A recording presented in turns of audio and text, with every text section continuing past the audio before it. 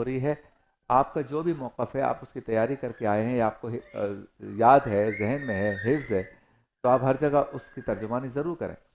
لیکن اگر سامنے والے کی بات صحیح ہے تو تسلیم کرنے میں کیا ہے، اور اگر تسلیم نہیں کر رہے تو خاموش رہنے میں کیا ہے. ہمارے یہاں اس طرح کی بحث ہوتی ہے جب سیاسی ڈسکشن ہوتی ہے. ایک کہتا ہے پیپلز پارٹی اچھی ہے، دوسری کہتی ہے ایم کیو ایم اچھا ہے، دونوں کی لڑائی ہو رہی ہے.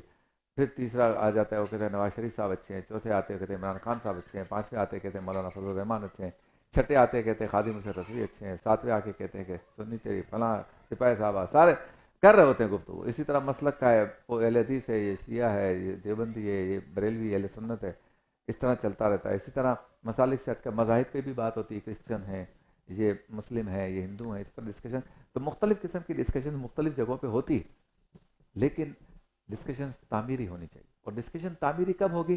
جب ڈسکشن، گفتگو اور بحث کرنے والے خود تعمیری ہوں گے، ان کی سوچ تعمیری ہوگی. کبھی ایسا بھی تو ہونا چاہیے کہ مثال کے طور پر میرا تعلق ایک پارٹی سے ہے، یا میں ایک مسلک سے تعلق رکھتا ہوں، یا میں ایک ملک سے تعلق رکھتا ہوں، اور سارے دیگر ممالک کے لوگ بیٹھے ہیں، یا دیگر مسالک کے لوگ بیٹھے ہیں، یا دیگر پارٹیوں کے لوگ بیٹھے ہیں. تو آج میں تہیہ کروں، آج میں سنوں گا. بھائی بات بات کے سنیں یہ سب آپس میں کیا بات کرتے ہیں، تاکہ آپ کو پتہ چلے کہ آپ کا، جب آپ بتا دیں گے کہ میں اس پارٹی سے ہوں، اس مسلک سے ہوں، یا یہ میرا نظریہ ہے، تو پھر تو وہ آپ سے بات کرتے ہوئے اس انداز سے بات کریں گے.